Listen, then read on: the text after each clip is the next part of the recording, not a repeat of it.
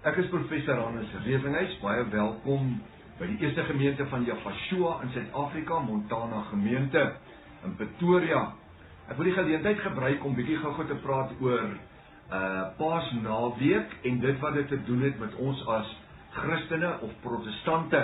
Jy gaan ook agterkom in die kort gesprek, gaan ek die naam Yeshua gebruik, wanneer ek die naam Jesus gebruik, dis ook die Hebreëse name, net om met 'n bietjie daaroor ook te gesels. Goed, die vraag is, waar kom Paasnaweek verby en hoekom vier ons dan Jesus of Yeshua sy kruisiging, sy begrafnis en sy opstanding dan oor die Paasnaweek of die Paasfees of Easter weekend soos wat dit bekend staan?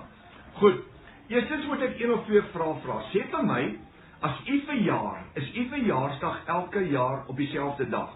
Byvoorbeeld myself, my verjaarsdag is die 6de Julie. Een jaar is my verjaarsdag op die 6de Julie.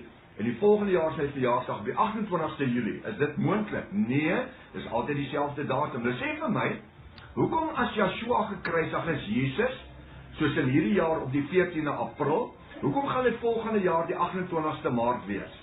Want dit is nie volgende jaar weer die 14de April nie, maar dit is die laaste week van Maart. In die gesprek gaan ek dit vir u gee, die inligting, maar ek wil hê u moet dink daaroor. Dis mos logies dat my verjaarsdag altyd dieselfde tyd plaasvind.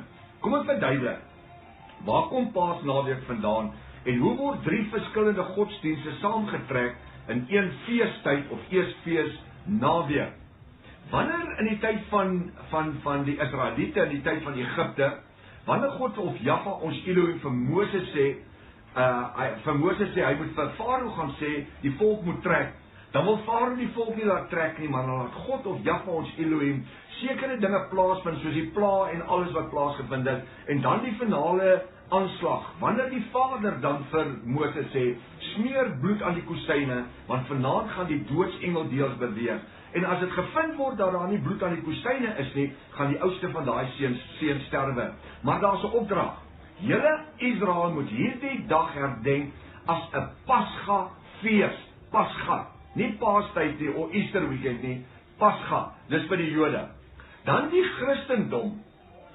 Ons het waar Yeshua gekruisig is en opgestaan het uit die doodryk uit en dan later die hemelvaart. Dit is vir die Christendom. Dan die Hindus het 'n fees wat hulle noem Easter Feast of the Feast of Easter. Nou in daardie fees van die Hindus of heidene speel daar drie simbole 'n groot rol. Eerstens het ons 2 weke voor Paasfees en 3 weke na Paasfees, dan raak hulle weg. Wat is dit? Dis sjokoladegode. Ons kry in die winkelsentrums, soos Pick n Pay en Checkers en Spar, in die ander winkels kry ons 'n hoendereier, 'n hoenderhaan en 'n haas. Nou hoekom elke jaar dieselfde 3 simbole? En hulle is nogal in verskillende mooi kleure gedekoreer en versier. Hoekom? Dis 3 Hindu gode. Die eier vir die Hindus is the God of life, want hulle sê dat mense het uit die eier uitgekom. Wat was die eier? Dit was die ark van Noag waaruit die mens voorgekom. So the God of life is die eier. Dan het hulle die haas. Die haas is the God of sexuality. Jy sal sien dat die moffies en die lesbiene gebruik die unisex haas met die hangoortjie as hulle embleem, want dit kom van die Hindus af, the God of sexuality. En dan het ons the God of kan ek net terugkom na the sun god toe, wat die hoenderhaan is. Hoekom sit daar op meeste kerke, tradisionele kerke, 'n hoenderhaan op die dak of op die toring? Hy kondig die son aan. Wanneer die eerste ding wat lewe kry op 'n plaas is 'n hoenderhaan. Hy kondig die dagbreek aan. Die opkoms kondig hy aan. So die hoenderhaan is die simbool vir die songod. Nou wat doen Konstantin 327 na Christus? Hy bring hierdie 3 gelowe bymekaar in een naweek en hy noem dit Paasnaweek. Paasnaweek is veronderstel om vir die Jode Pasga te wees, vir die Christene die begrafnis, Goeie Vrydag en Goeie Maandag, die opstanding, die kruisiging, sterwe, opstanding, en vir die Hindus dan Easter weekend, the God of fertility, the God of sexuality and the God of everlasting life, die songod. So wat doen Konstantin? Hy bring hierdie 3 in een naweek bymekaar en ons as protestante vier hierdie tydperk saam met die Hindus, sonder dat ons bewus was daarvan. Dis ingevoer in ons protestante kerke. Nou wil ek vir julle gou lees wat sê 1 Korinte hoofstuk 11 vers 23 en vers 26. Hy sê nadat hy gedank het, dis waar hy die nagmaal bedien. Hy sê nadat hy gedank het, hy het die brood geneem en gesê: "Neem eet, dis my liggaam wat vir julle gebreek word. Doen dit tot my gedagtenis." Nou wat is sy gedagtenis? Vers 26 het die antwoord: "Want so dikwels as wat julle hierdie brood eet en hierdie beker drink, verkondig julle die dood van die Here of Jahwe ons Elohim totdat hy kom." Ons verkondig Yeshua se dood nie een keer 'n jaar wanneer dit Paasfees is nie, maar elke keer wat ons aan die nagmaaltafel gaan sit, verkondig ons die dood van Yeshua of Jesus Christus. Hier staan dit in die Bybel. So Paasnaweek het in werklikheid niks te doen met my geestelikheid nie, die begrafnis, die opstanding en die kruisiging van Yeshua of Jesus nie. Inteendeel is dit 'n Hindoefees. Weet jy wat? Die Katolieke het dit weer reg gekry om die Christendom of die Protestantisme te vang met 'n slap riem. En dit is om Hindoe-Oosterse gode in te voer in ons godsdienst. Ek wil net weet 'n laaste vraag. Sê vir my, hoekom word Paasfees gehou op twee verskillende tye? Einde van Maart, middel van April. Want dit het te doen met die Oosterse godsdienst. Hulle funksioneer in hulle godsdienst die Paasfees wanneer dit volmaan is. En dis hoekom dit 1 jaar in Maart is en 1 jaar in April. Dit werk op die volmaan. Yeshua is nie gekruisig 1 jaar 14 April en die ander jaar 28 Maart nie. So in die vervolg dink hier aan. Dis vir ons uiters belangrik dat ons nie in die leuen lewe nie, maar in die geopenbaarde woord.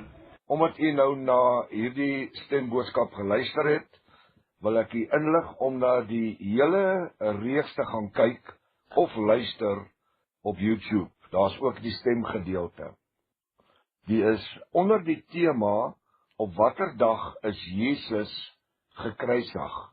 Dis 5 gedeeltes van 'n halfuur waar ek met jou begin en bewys dat dis onmoontlik dat Yahshua of Jesus op Goeie Vrydag gekruisig kon gewees het en dan alreeds Sondag opgestaan het. Dis totaal en al onmoontlik, want hy moes 3 dae en 3 nagte in die graf gewees het.